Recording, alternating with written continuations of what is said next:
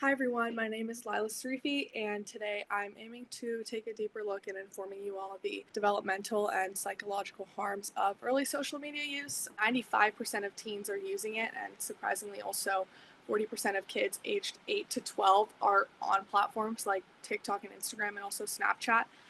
Even though they're technically not supposed to be because the age limit is 13, I'm pretty sure, for most of those apps. There's a term called popcorn brain. It describes like what happens when we watch very short videos, and it really affects like developing brains because we get used to really fast like nonstop stimulation.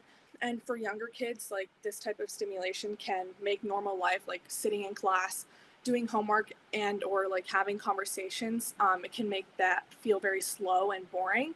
And experts say that overstimulation can mess with focus, patience, and emotional control, and it basically like teaches the brain to expect excitement every few seconds, which isn't really how real life works. 1 in 3 teen girls say that social media affects body image and or like makes them feel worse about their bodies. This is because like there's a constant stream of like fabricated filtered selfies and also like very curated lifestyles, and the platform's design, it's rewarded by likes and comments, which encourages people to focus on how they look rather than who they are. And a large scale study of over 12,000 tweens aged from 9 to 13 found that their social media use jumped from just 7 minutes to 74 minutes in 3 years.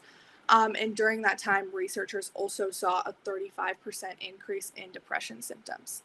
Social media triggers dopamine hits. Every like or comment gives the brain like a little reward, and this builds habits that are very hard to break. And on top of that, algorithms also push content that gets the most attention, which often promotes comparison and popularity and also the need to be perfect.